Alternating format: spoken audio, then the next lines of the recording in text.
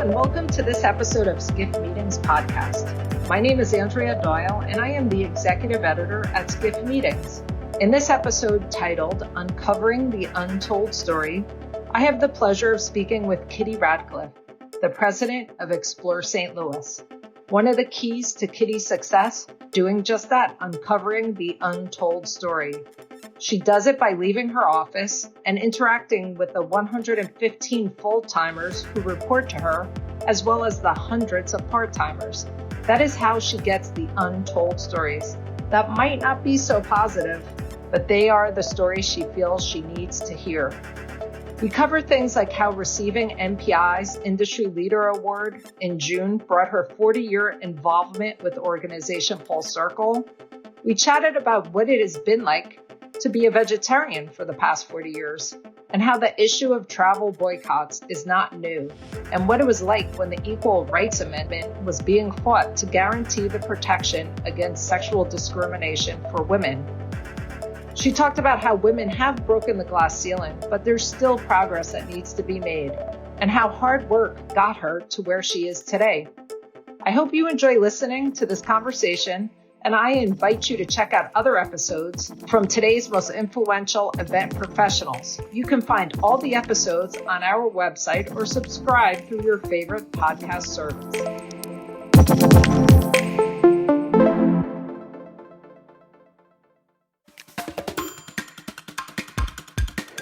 I'm Kitty Ratcliffe, president of Explore St. Louis. And congratulations on the award you received during MPI WEC. Thank you. It was a big honor for me. Actually overwhelming to receive it. So, and it's such a beautiful evening. It was extraordinary. MPI just did an amazing job with that event.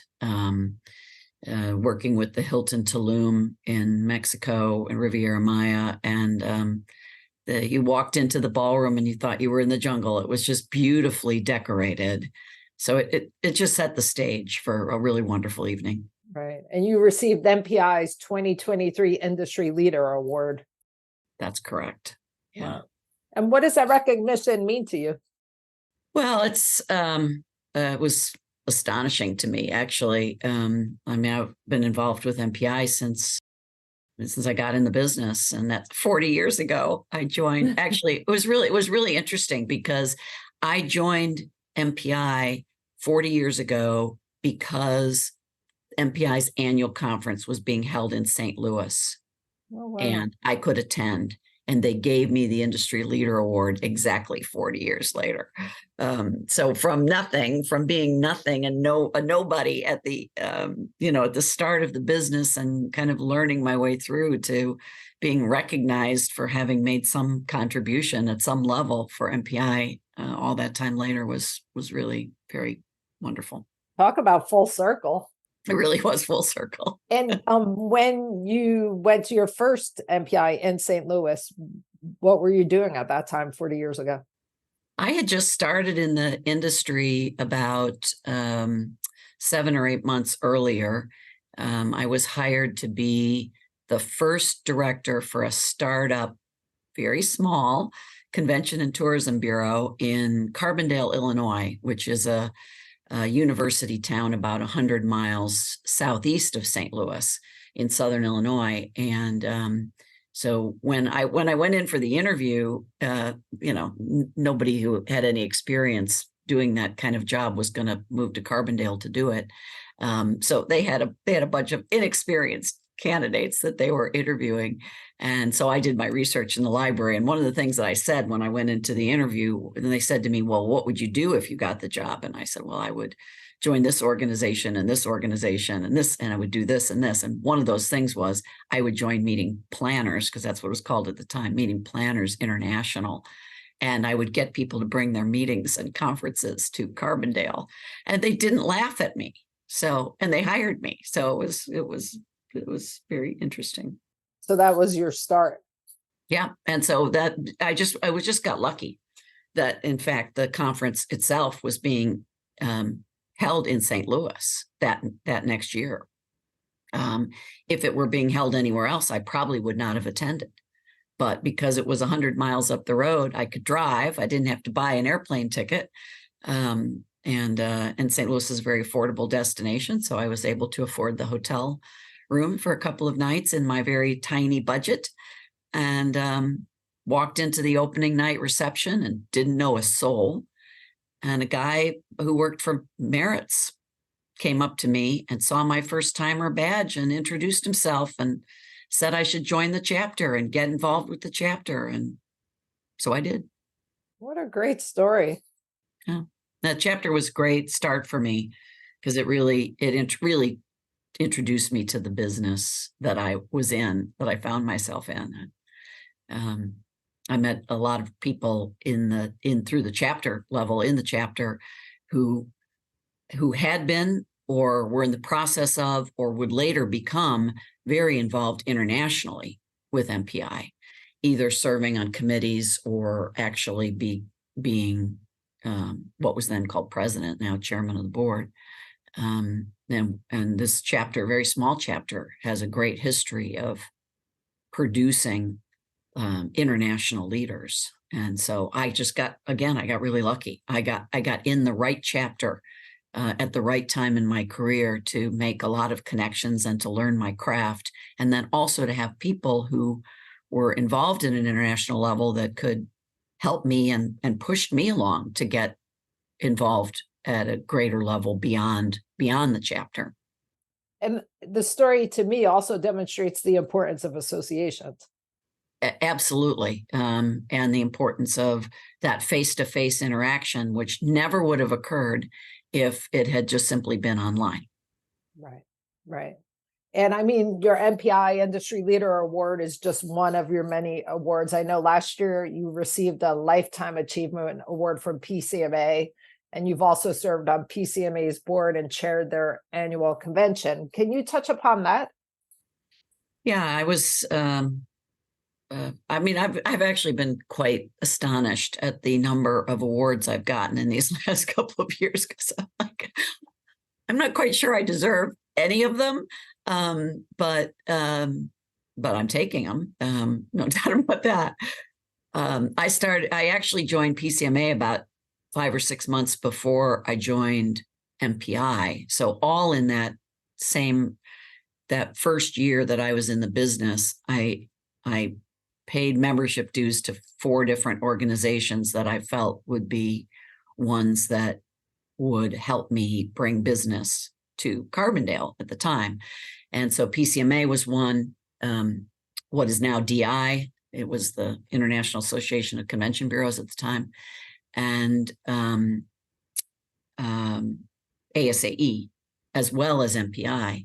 And so I went to my first PCMA conference, again, not knowing a soul, about 2 months after I got in the business. And again, on the opening reception, I happened to meet somebody who knew other people and introduced me around. And so both organizations have been very important to me my entire career. And they helped make my career. They helped make me who I am. They helped train me for the jobs that I had and to be better at those jobs. So it was incredibly important to get that Lifetime Achievement Award last year from PCMA. It was very, very much an honor.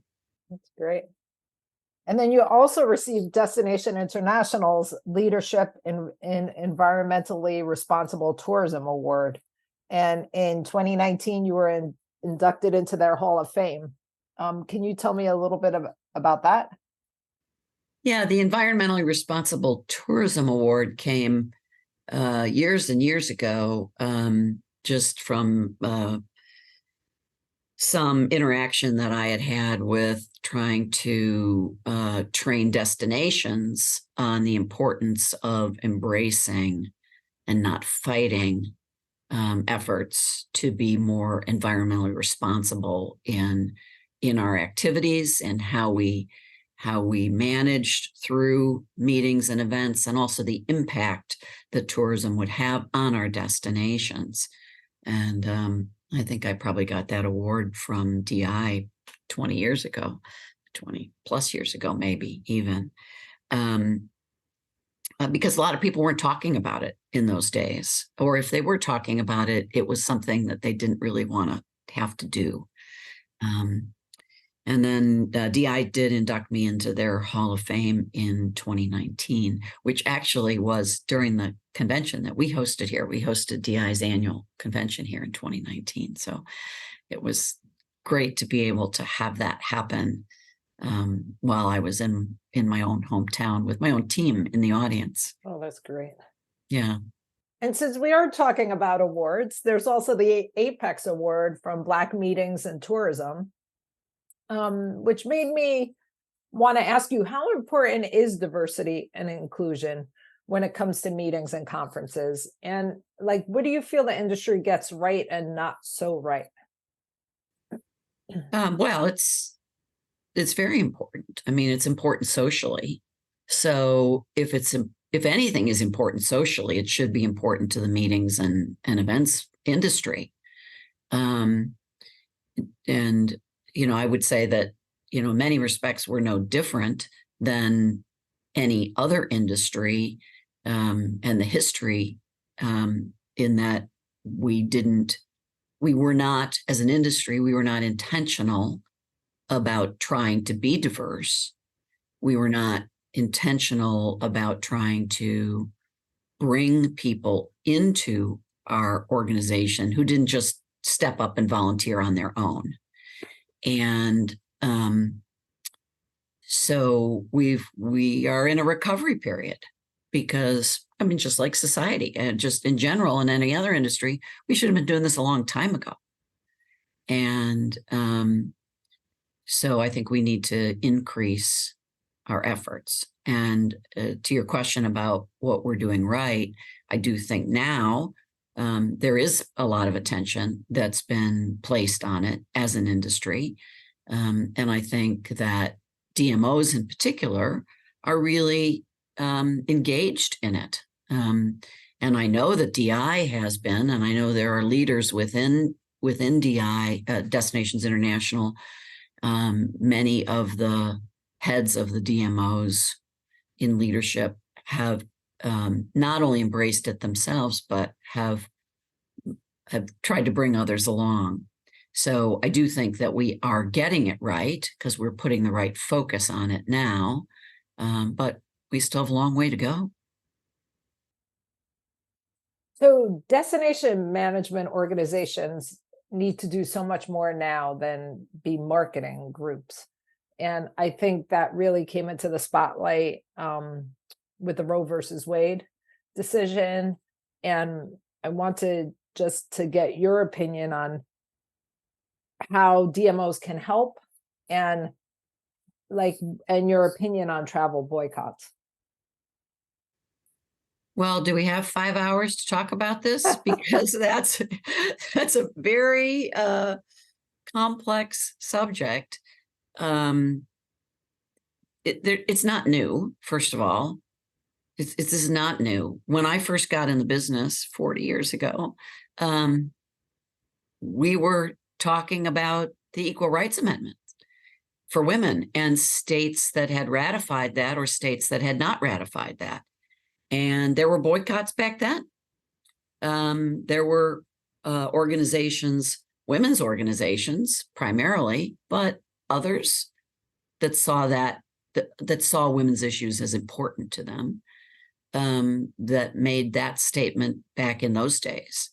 And then we saw what happened in Arizona with the Martin Luther King holiday. And I mean, this has been going on for a long time. I don't think they're particularly effective. Boycotts, I mean, I don't think they're particularly effective. I don't think they have the desired impact. And I go back all the way to the ERA, to the Equal Rights Amendment.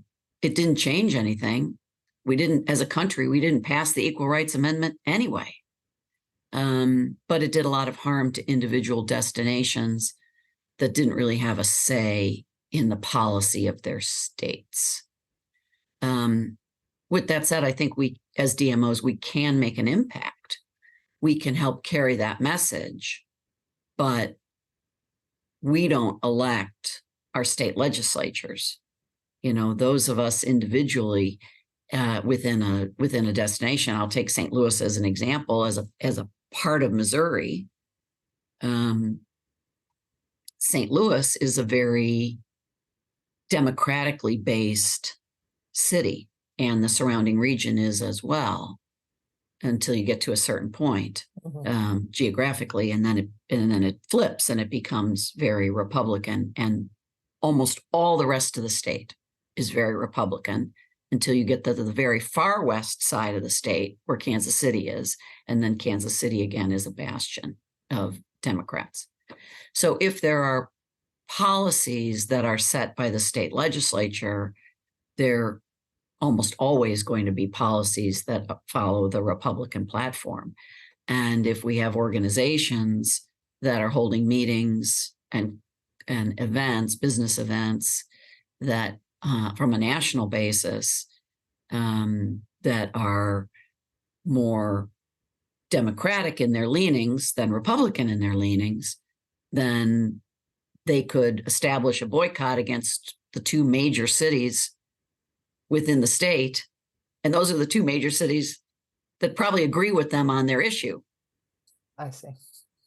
But can't actually impact what the legislature is doing in the middle of the state, because the majority of the people who are elected to that legislature are from other parts of the state, not the parts that actually are empathizing. And when you do a boycott on an issue like that to a destination that's very, very meetings oriented, I'm just using our example, like in the case of St. Louis and Kansas City, is a big bread and butter for our industry. The people that actually get hurt when the industry gets hurt are the people that live and tend to vote for people who are actually empathizing with the organization's position. So I'm not sure if I'm saying it very well, except to say that I don't think they work. I haven't seen them actually, except for very, very rare situations, actually have any impact on the actual legislation, and they can be very harmful to, not to the people that they're trying to harm, but to the people actually that they would not want to harm if they thought through what's being done. And then I would say that the few times that I've seen the impact actually work, it's because of sports, not because of meetings and conferences. It's because the sports guys can talk sports to the legislators who don't value meetings and business events, but do really understand that the NCAA Final Four, they don't want that to boycott their state. So that goes to a whole other area of the importance of our industry and our ability or our inability to tell the same kind of story. But those are really the only times I can think of when a boycott has actually been successfully done. And it was because the sports people said they were going to boycott, not because the meetings and events people said they were going to boycott. So do you feel the industry still has a ways to go in letting legislators realize the importance and the economic impact that it represents? Yeah. And and the challenge for us as DMOs is, my legislators in St. Louis, they get it. Mm-hmm. They totally get it. They're very supportive of our industry, and they know what it means for our community. They know what it means for the businesses in our community and the workers in our community. But the majority of our state legislators are people who are from areas that aren't really meetings and events driven, mm-hmm. and maybe not even tourism driven, maybe not even have any tourism to speak of. If they are very simply rural communities, their focus is on agriculture, okay, not on tourism. And so it will always be very challenging for us to deal with state legislatures unless we have a state whose entire economy and many destinations within it has really got a strong piece of their economy that comes from tourism. Without that, it's going to continually be a struggle. So if there is a meeting group who is interested in bringing a piece of business to St. Louis, but doesn't really have the same politics as the state, but feels St. Louis has all the components in place that it needs to have a successful event, do you have any suggestions as to what planners can do? Like maybe, go visit with the legislator to explain the economic impact of that event and talk about issues? Is that something that you could help facilitate? Yes. Although I would say that most organizations don't really want to have to mess with that. It's just easier for them to go to another state so and find you lose that business within that state. Yeah. I mean, what I would say is don't boycott a city like St. Louis or Kansas City because you don't agree with what Missouri as a state is doing. Come to us or Kansas City, or go to Chicago. Chicago and Illinois are both Democratic, so that's not a good one. But when there's a conflict, because it can be the opposite. You could be a Republican leaning organization like the NRA or something like that, and you don't want to go to a state that has got anti-gun laws, right? So it can be one or the other. I'm not saying it's all, but in our case, don't penalize a democratically based city if you are a democratically based organization in your ideals. Work with us, come to us and say to us, will we get support from your mayor? Will we get support from your county executive? What can we do to make sure this is a positive thing for St. Louis? And then, maybe the folks in the rest of the state of Missouri will understand that the positive impact that has been made by having this.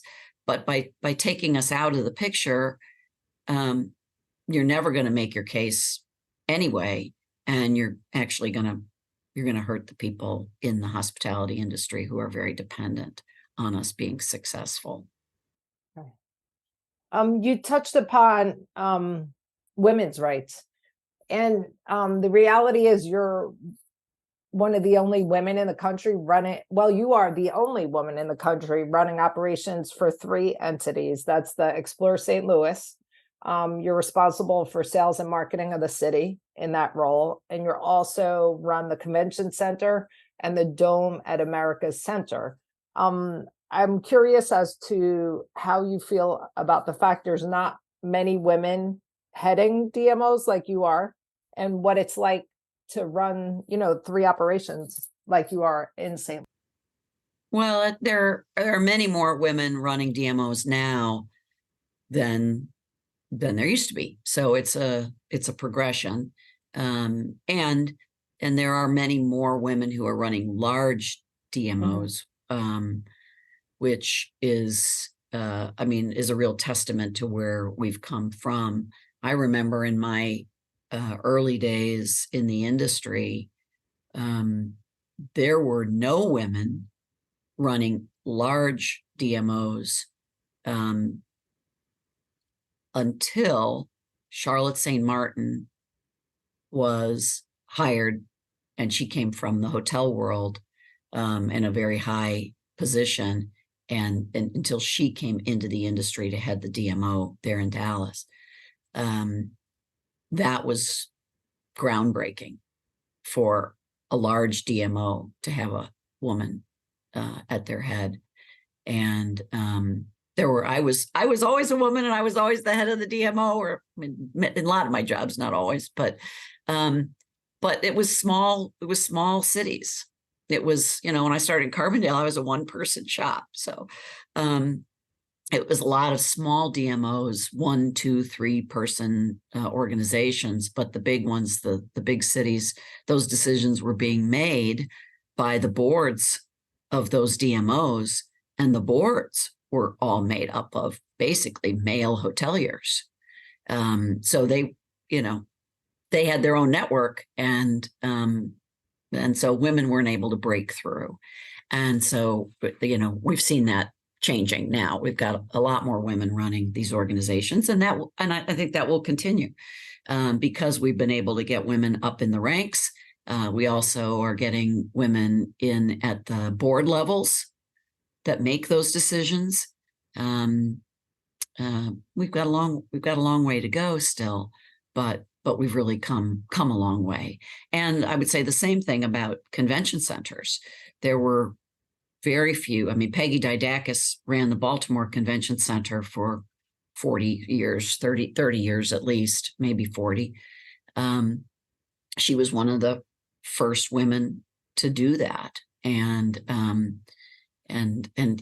that certainly has changed over time. But it is still a male dominated job. And it's harder for women because so many of those jobs come up from the operations side.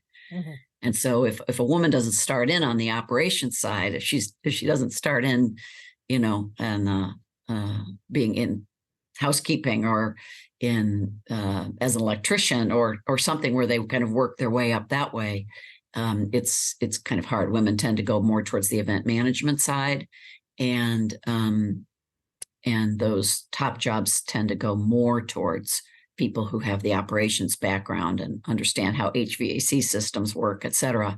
And so that still tends to be more male.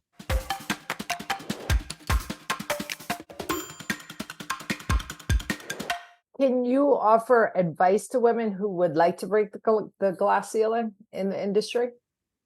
Yeah, I think first of all, just put yourself out there and work hard and do a good job, but don't just assume that somebody's going to notice you. Just because you work hard and do a good job doesn't mean somebody's going to notice you. So put yourself out there and develop your networks, because I get calls all the time. And so I'm sure everybody else does, but I get calls all the time from people saying, we have an open job. Do you know of anybody? Can you refer anyone? And so if you haven't put yourself out there and I don't know you, even though you're working really hard and doing a great job in your convention center or your DMO, I don't know you to refer somebody to you. So that's what I'm saying. Put yourself out there, get yourself involved in the industry organizations so that people know who you are. In addition to working hard and doing a good job. So it circles back to what we talked about at the beginning of our conversation, networking and being part of associations. Yeah, it really does. And it's, if the pandemic taught us anything, it's that our networking and our face-to-face interactions cannot be replaced.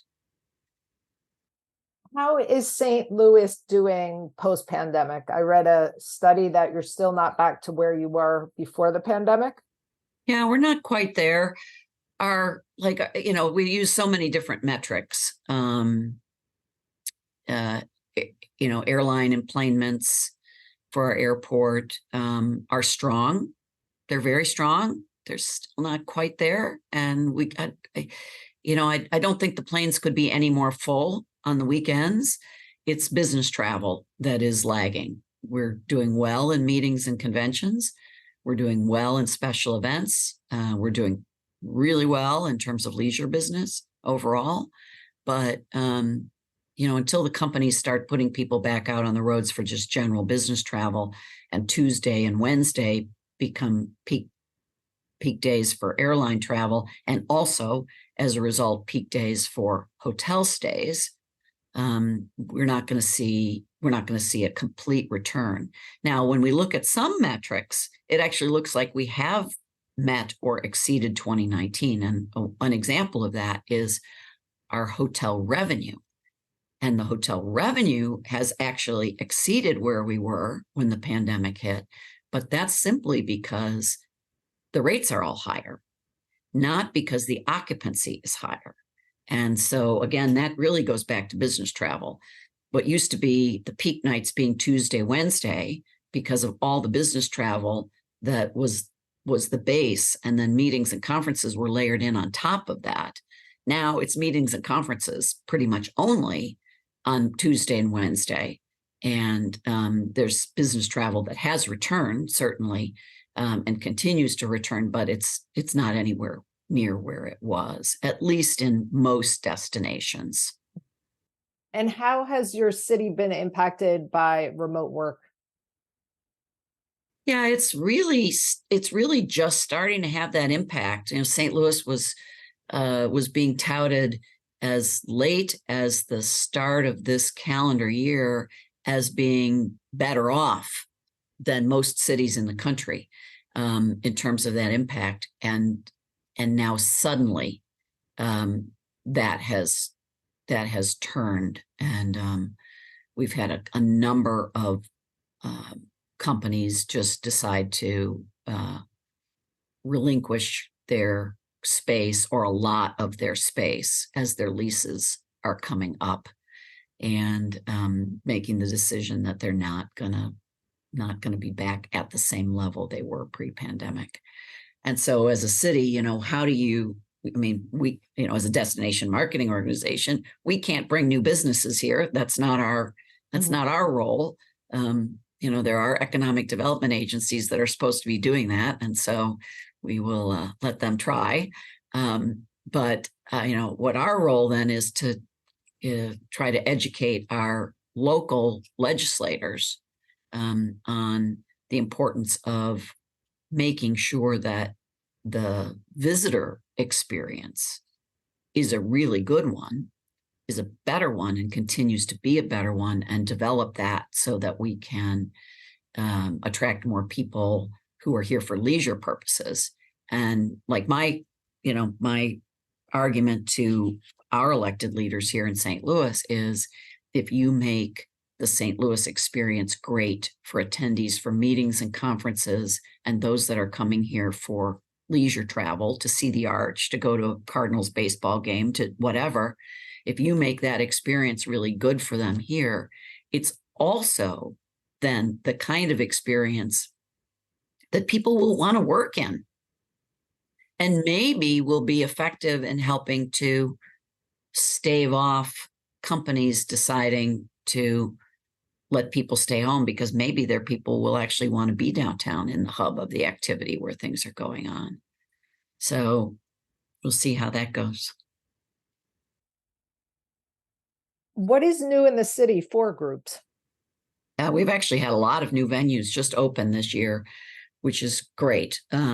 Many of them were started in development pre-pandemic and didn't take a hiatus. They continued to move forward in terms of the development through the pandemic. So that meant that in 2022, we actually started to see a lot of new openings. We've got a venue called City Foundry, another one called the Armory, both in the city, both big venues that are really great for groups to be able to do off-premise venues. And then other kind of existing attractions that were here that have developed new things for people to just do on their own. New experiences, new Ballpark Village is an example, which is an entertainment development that surrounds Busch Stadium, where the Cardinals play downtown. That has continued to add new elements. So we have new hotel there. There's a Live by Lowe's that's there. There are a ton of new restaurants there, things for people to do. And some of our existing visitor attractions have added more things, like City Museum, which is just like an adult playground downtown. It's not a museum at all. Has added new elements and things for people to do. So there's just a whole lot more activity for both groups as a group function for off-premise events, and also for attendees for meetings and conferences to do on their own in the city, in in the downtown area. Yeah, that sounds great. And I'm getting back to you for a minute. You started as a retail store manager early in your career. I was curious in finding out how you found your way to the meetings industry. Well, I was in I was in retail I started working retail when I was in high school, and I was planning on going to college. I was actually accepted by a couple of women's colleges, actually. And then I had a fight with my dad one day, and he said something like, "If you're going to live under my house, you're going to follow my rules." And I said, "See ya."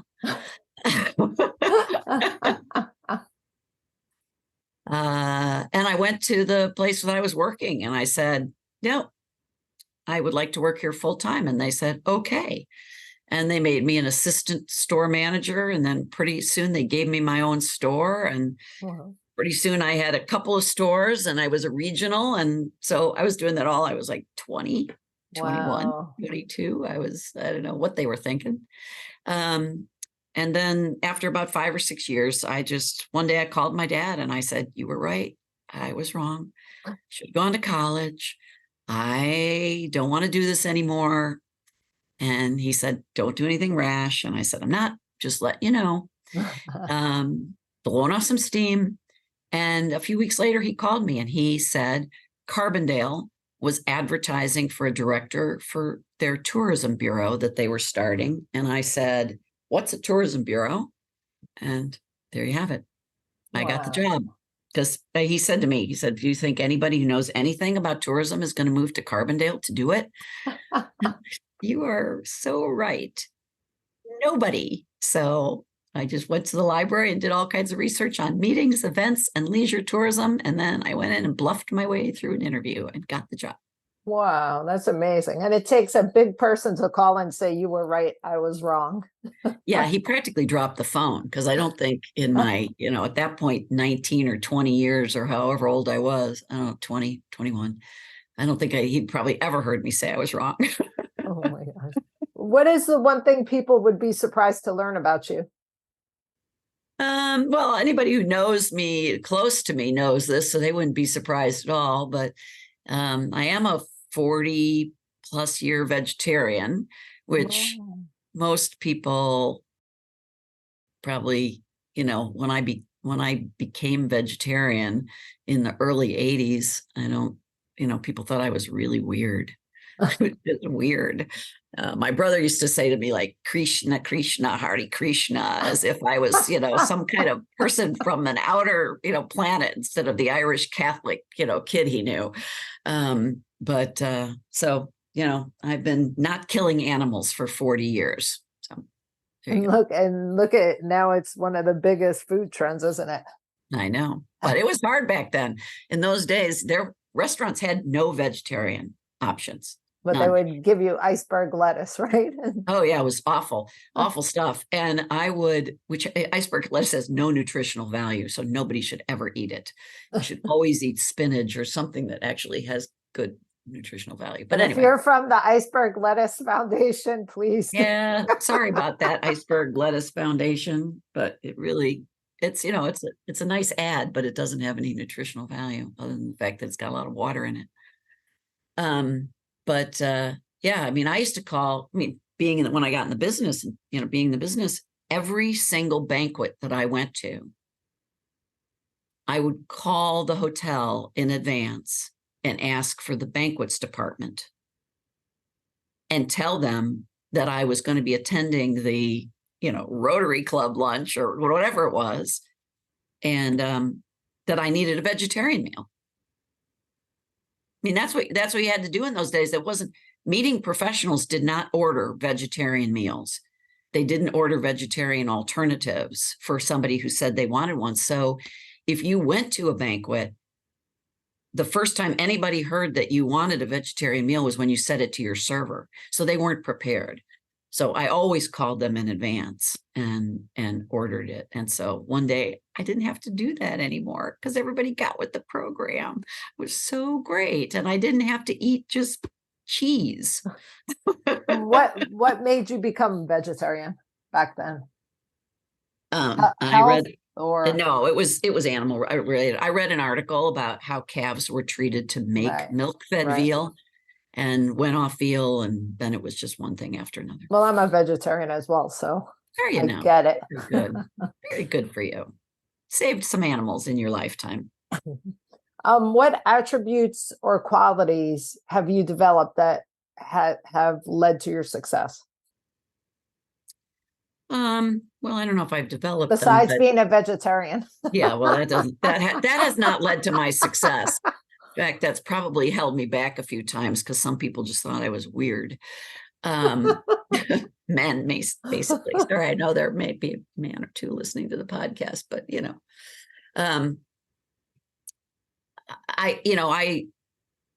I grew up in a household where you were expected to work and you worked Mhm. hard, and my dad came from nothing, Mhm. really nothing. I mean, his dad died when he was 3 years old, and he slept on a cot in a one-bedroom kitchen, and he slept on a cot in the kitchen in a one-bedroom apartment, and his mother and sister slept in the one bed in the one bedroom. And where So, was like, that? in Chicago. Wow. And so he came from nothing, and he wanted good things for us, and he always provided good things for us, but we never had a lot of money. And so we were always expected to work. And I think I always had a good work ethic. Mhm. And I expect that from others too. Okay. So I expect to see that. And I have great respect for people in my organization and others that I work with that I see have a good work ethic. And I don't necessarily have respect for people who I think are coasting half the time, Mhm. um, because it's hard. Life is hard. Life is Right. hard, and our industry is hard.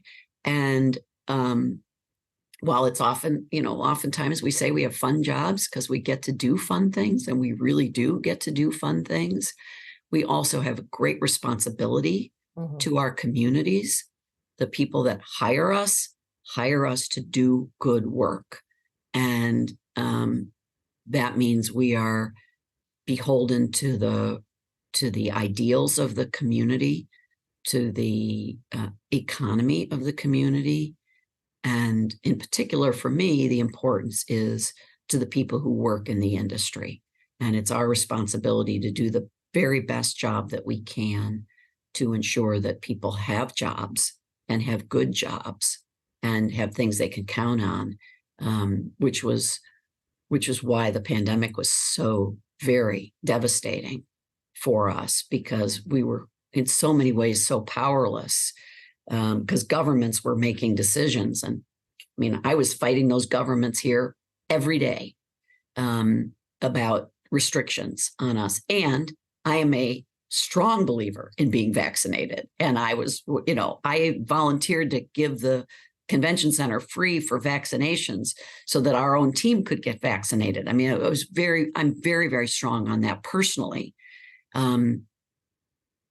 But I also felt that the restrictions that were being imposed on us were arbitrary, and that people were making decisions about sizes of gatherings and sizes of venues when they had no knowledge of what the ability of those venues were to create a safe environment. And so, that time was so challenging because we knew we had so many people dependent on us and looking to us to help them. And it was hard to help them. So And it goes that's back to what we talked about earlier, like a lack of understanding. right. Right. So as a DMO, it's a constant education for us. For me personally, it's my whole career has been based on this. And, I know that when we can reward people for doing a good job, recognize them for doing a good job, um, in our industry, that means the world, because quite often those folks are kind of behind the scenes and no one ever thanks them, Mhm. Um, but if no one ever thanks them, you know, why would they want to stay in this industry? Mhm. How many are on your team? We're still not quite back to pre-pandemic levels, but we have right now about 115 full-time. Okay. And then hundreds and hundreds of part-times, and then also contract workers on the convention center and the stadium side. We've got vendors that provide, other jobs, but those aren't on our team directly. Well, that is a large team that you're leading. How do you make sure you're an effective leader? Do you have any tips you can share? It's hard to know whether you're being effective or not, isn't it? It is hard as a leader because you have to have, I think you have to have some ability to read people yourself, because you can't just rely on what you're being told. You have to have confidence in the direct reports. You have to hire people, good people that you trust, who report to you directly. But you also can't rely just on what you're being told, because there is an untold story everywhere. And the untold story might not be positive. The untold story might be very positive, but no one thinks to share it. So I do think as a leader, you have to walk around a little bit. I try to do that in the convention center because I tend to spend more of my time in my office than an effective leader should. So I try to get down and walk around the convention center and say hello to people and just ask them how they're doing, and stop and talk to, George, the part-time worker who, has to have call a ride because he's disabled, but he's still here. And I want to know how he's doing. And if I talk to him, I might hear some things from him that I wouldn't hear from any of my direct reports, because he sees things differently, and he sees things that others maybe don't see at all. So I think an effective leader has to be able to do that. Uncover the untold story. Yeah, positive or negative. Okay. What does the future hold for the industry? I think it's very bright. I said it just a minute ago in a kind of a different context, but about the pandemic, there were all kinds of people who are not in our industry who gave a prognosis for our industry that was very negative. And we heard it nationally and internationally and locally. People who said, well, there won't be convention. There's no need for convention centers in the future. Well, the meetings industry has changed forever and everything is going to be done online. And you couldn't argue with those people. I mean, I argued with those people when I had the opportunity. I'm good at that. But I will take them on and tell them they're wrong. But you couldn't really argue with them because everything was an unknown at that point, right? What they saw was everything was shut down. And until things were able to restart and you could see and you could demonstrate to them that they had been wrong, you couldn't convince them at the time that they were wrong. And so I think what has happened is that we know that they were wrong, and they know that they were wrong. And that while some things have changed, and that's a constant, things always change, our industry has been shown to be critically important, because that face-to-face interaction is not something that can be replaced online.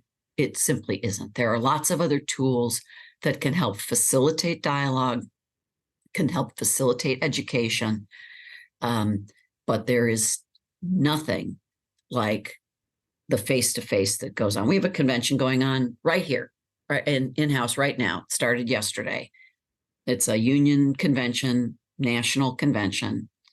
They're doing their voting for their officers. They could do their voting online, but what's happening here is that they're electioneering, right? They're standing in the lobbies of the convention center downstairs right below me, and they're wearing the shirts for their candidates, and they're passing out buttons, and they are influencing votes because they can do that face to face in a way they could never do it online.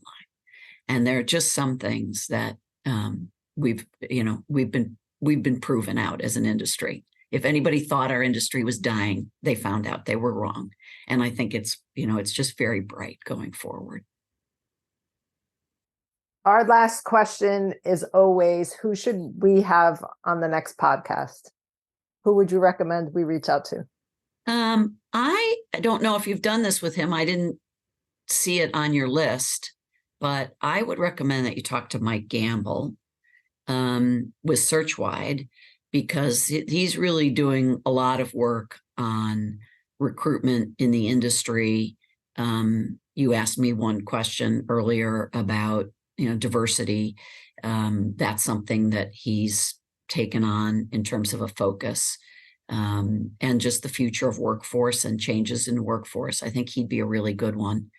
And I don't know if you've spoken with Sheriff Karamat at PCMA or Michelle Mason at ASAE, but Michelle's been doing really great work, I think, at ASAE, and it's been I think it's been hard. I would guess it's been hard. John Graham did just such a phenomenal job with ASAE for so long, and then with his illness and then the pandemic, I think they were in a bit of hurt, and I think she's doing a really great job.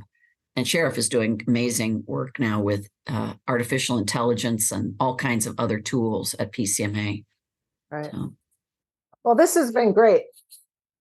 no, So thank yeah, you. fascinating. Kitty, thank you so much for your time. I really appreciate it.